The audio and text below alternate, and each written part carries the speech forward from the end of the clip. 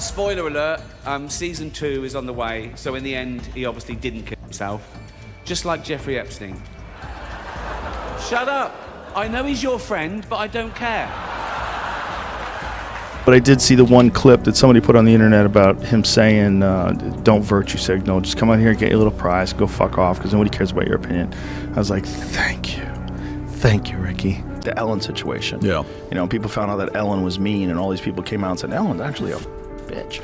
And they were like, whoa, yeah. I can't believe it. And she lost everything. She fell apart, disappeared, because people found out that this character that she was portraying in a half an hour on a television show is not really who she was. My buddy Greg, who was one of her writers, was like, she's a piece of shit. And he was like, she's a monster. The Golden Globes will be held in January 2020. At the Golden Globes, Ricky Gervais stands up in front of an audience of A-listers and makes a joke about Jeffrey Epstein. Tom Hanks is the first actor seen. It's as if Tom wishes he could simply teleport out of that room because his mouth drops and his eyes widen. That video clip went viral. It aired to millions of viewers. They mostly just rolled their eyes, produced a meme, and ignored it. That identical moment, however, seems quite different now, 6 years later, and it is the subject of our discussion for the day. You have likely seen a variation of this article circulating previously if you clicked on this. The Ricky Gervais footage, the Tom Hanks response, maybe some postings concerning the Epstein files, but what I'm about to address is probably going to shock you the most, because that's precisely what I went and discovered out. There's actually a lot going on here. There's the Golden Globes moment. There's a person called Isaac Kappy who accused Tom Hanks on live TV back in 2018. There's a peculiar Instagram post that some believed themselves was some type of death threat. There's the Greek citizenship problem. And then there's the entire Epstein file incident from January 2026, when Tom Hanks's name was apparently all over the records. We're going to go over all of it, and at the end you'll know precisely what's true, what's been utterly made up, and why. Sarah Ruth Ashcraft on Twitter, who has been accusing Tom Hanks of her when she was 13. Her dad sold her to Tom Hanks. Since when has this brand of common decency and professionalism been put on hold just because of dynamics in the workplace? This one unpleasant camera cut from 2020 developed into years of conspiracy rumors surrounding one of the most renowned individuals in the world. Let's get into it. Before we get into the real tale, just so we're all on the same page, who are these two people, and why does any of this matter? Don't worry, I'm not going to get any more into who these folks are. The meme that developed into a conspiracy. Alright, so let's truly discuss about what occurred that night. Ricky Gervais is up on stage doing his thing, making jokes about Leonardo DiCaprio's dating history, Felicity Huffman going to jail, Apple Inc. manufacturing their shows in sweatshops, normal Ricky stuff. And then he drops the Epstein line. He says something like, I know he's your friend, but I don't care. Leonardo DiCaprio attended the premiere, and by the end, his date was too old for him. So he's talking to the room, then the camera switches to Tom Hanks. Tom appears genuinely caught off, like someone just said something at a dinner party that you truly weren't expecting, and now you don't know where to look. Jaw dropped, eyes wide, not a great poker face. That footage is screenshotted instantaneously. By the following morning, it's the greatest meme of the night. in this show, that's a show about a man who wants to kill himself because his wife dies of cancer, and it's still more fun than this, okay? Spoiler alert, season 2 is on the way, so in the end, just like Jeffrey Epstein. No. Shut up! I know he's your friend, but I don't care. Is this what's going on with social media, that Oprah and I cannot go on a billionaire's boat to Tahiti with a former president of the United States and not keep it secret, for God's sakes? Tom Hanks watching Ricky Gervais demolish the entire place. People were having fun with it, but then something changed in the comment areas. People began truly examining the response instead of simply laughing at it. And the questions came out. Why does he appear so uncomfortable, especially at the Jeffrey Epstein joke? Why not the other jokes? Does Tom Hanks truly know anything about Jeffrey Epstein? And that's it. That's all it took.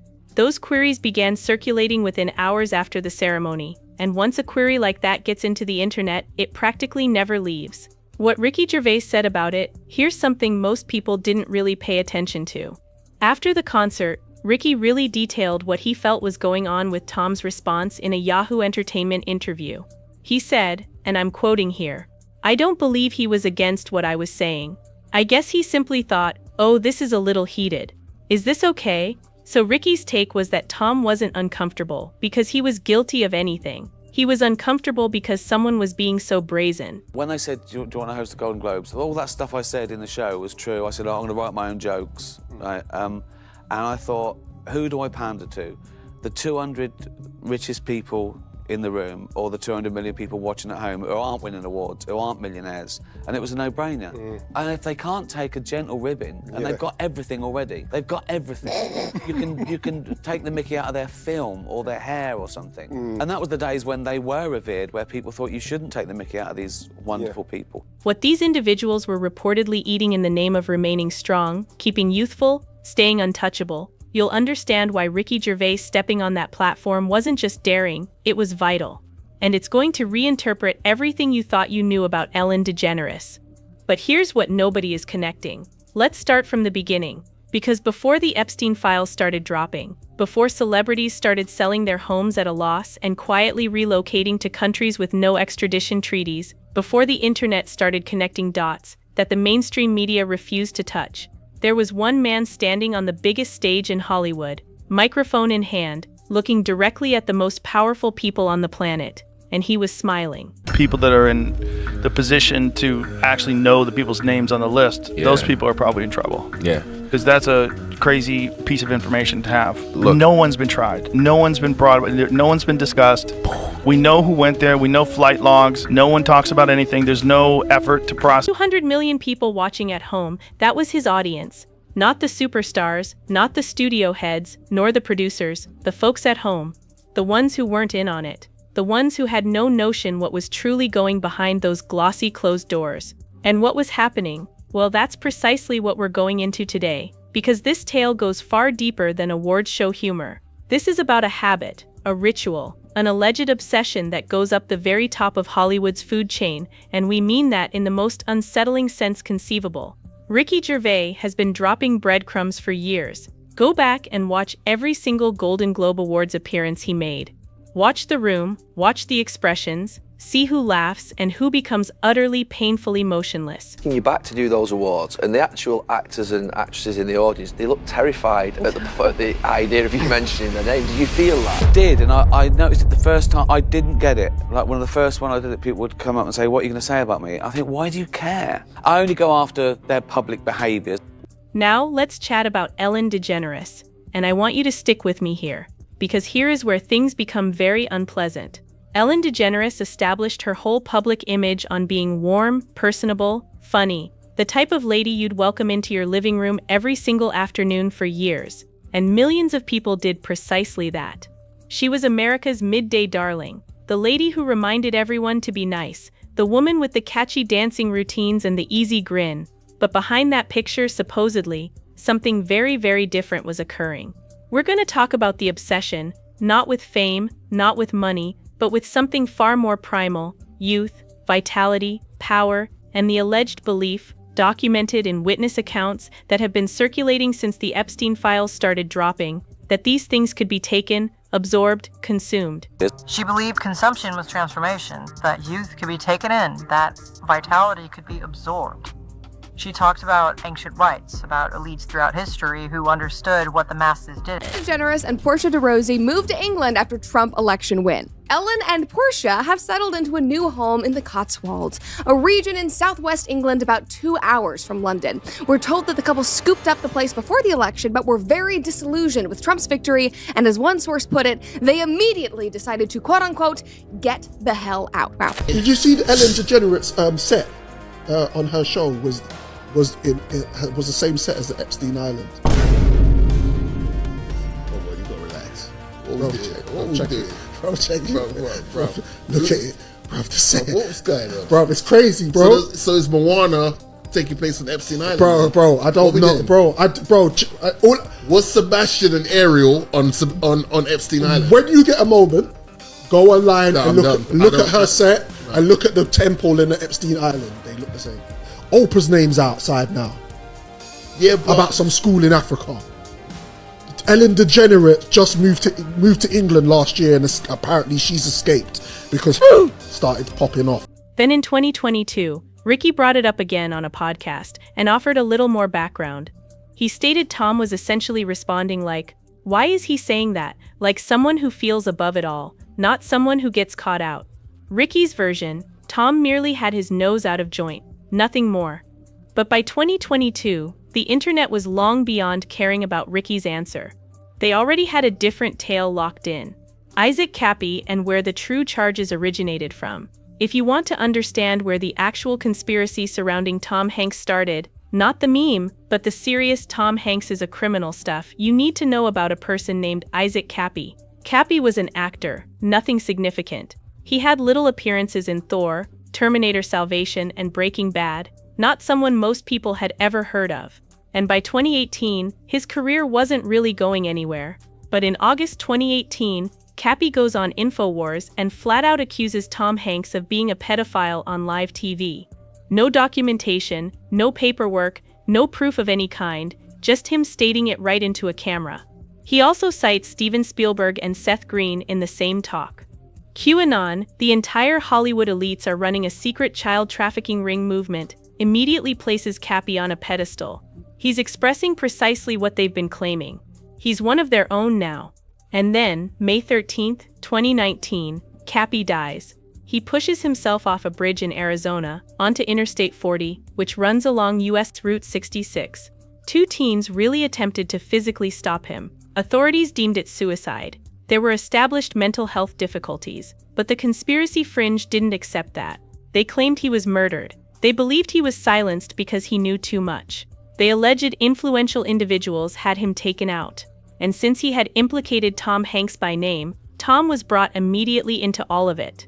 The Instagram photo, right, here is the point where honestly, I sort of understood why people went with it, even if it turned out to be utterly nothing. April 4, 2019, 1 month before Kappy dies, Tom Hanks publishes a picture on Instagram. It's a plastic glove laying on the side of a road. There's a Route 66 sign in the backdrop. His caption is, "Historic Route 66. Roadkill? I hope not, Hanks." Then 1 month later, Kappy dies on US Route 66.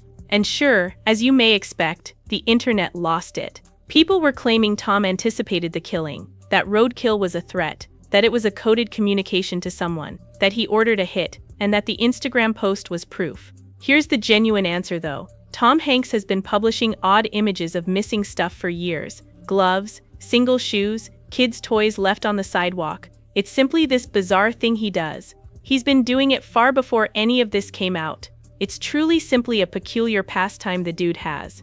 But this didn't land well. When Tom attempted to explain it, his son Chet Hanks went on Instagram and recorded a rather angry video reaction, essentially ordering people to stop because they were devoted to bizarre online theories. Tom had to turn off comments on his Instagram. He deactivated tagging. The harassing was absolutely out of hand. Someone on Reddit at the time put it up well. A photo of a glove on Instagram makes him a pedophile? Mankind is terribly screwed. And honestly, yeah, that's about accurate.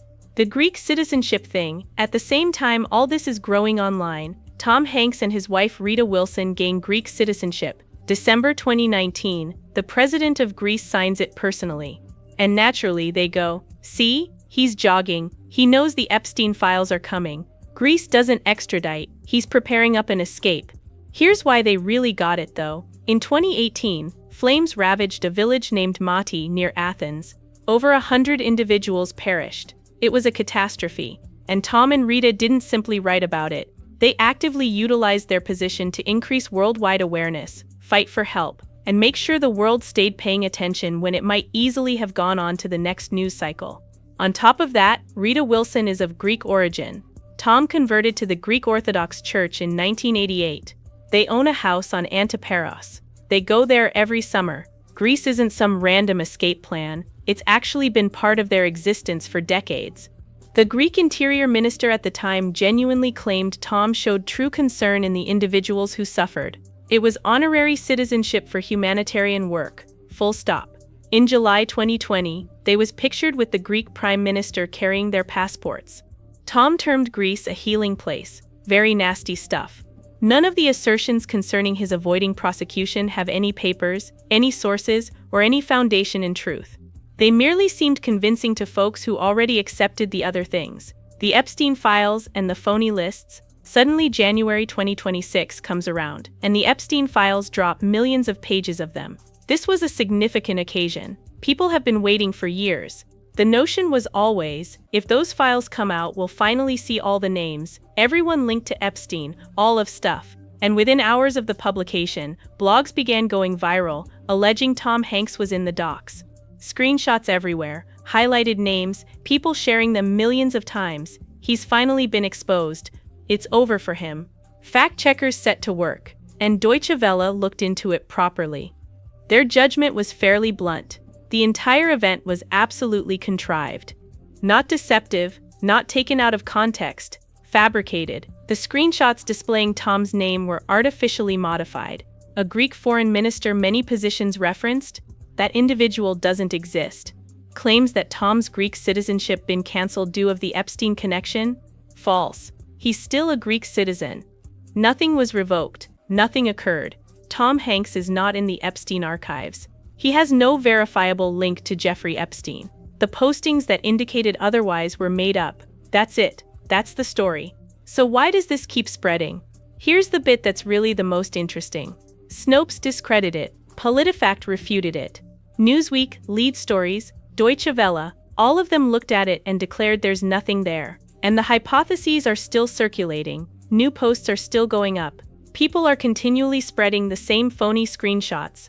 Why? Because a debunk receives maybe a fraction of the attention the original piece gained. The phony tale goes viral. The correction is spread by others who were already dubious. The individuals who trusted the initial message never see the correction, or if they do, they assume the fact-checkers are in on it. Anyway, I want to know what you think. Do you suppose Ricky Gervais understood precisely what he was doing when the camera switched to Tom Hanks? Or was it all simply pandemonium, and the internet did the rest? Drop it in the comments. Genuinely intrigued.